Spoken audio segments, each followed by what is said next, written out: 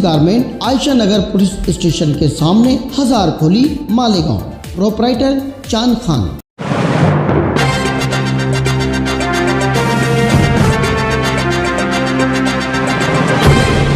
देखते रहिए the prime news Abdul Rahman के साथ। आज तीसरे दिन भी मालेगांव महानगर पालिका की जानिब से अतिक्रमण कार्रवाई की गई, जो आज प्रभाग नंबर 1 के राम सेतु पुल से लेकर लोकमान्य हाई स्कूल संगमेश्वर के बीच में की गई। इस पूरी कार्रवाई में चारों ही प्रभाग के अधिकारी कर्मचारी मौजूद रहे।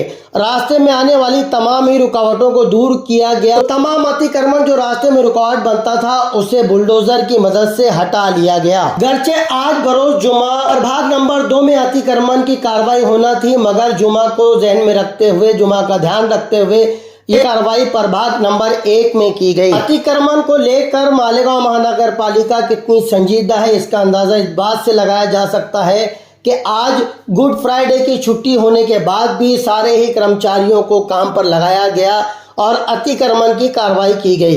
1 अप्रैल से शुरू हुई मालेगांव शहर में अतिक्रमण की कार्रवाई महीने के आखिर तक चलाए जाने की एक उम्मीद जताई जा रही है। ये कार्रवाई मालेगांव महानगर पालिका के चारों ही प्रभाग में की जा रही है, जहां अहम रास्तों को साफ किया जा रहा है। जहां एक तरफ कुछ लोग अतिक्रमण की इस कार्रवाई की हिमायत करते नजर आए, वहीं कुछ लोगों ने नाराजगी का इजहार भी किया है।